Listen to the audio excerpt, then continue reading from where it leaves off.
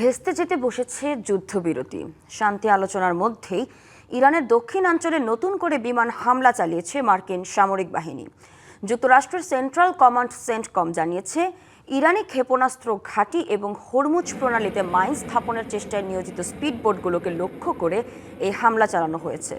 চলমান যুদ্ধবিরতির মধ্যেও মার্কিন সেনাদের ওপর ইরানি বাহিনীর হুমকি মোকাবেলা এবং আত্মরক্ষার্থেই এই হামলা বলে জানায় সেন্টকম। এর আগে ইরানের পররাষ্ট্র মন্ত্রণালয়ের মুখপাত্র ইসমাইল বাঘাই জানিয়েছিলেন, ওয়াশিংটনের সাথে আলোচনায় বেশ কিছু বিষয়ে তারা একটি সিদ্ধান্তে পৌঁছাতে পেরেছেন, তবে এখনই কোনো চুক্তি চূড়ান্ত নয় বলে তিনি সতর্ক করেছেন।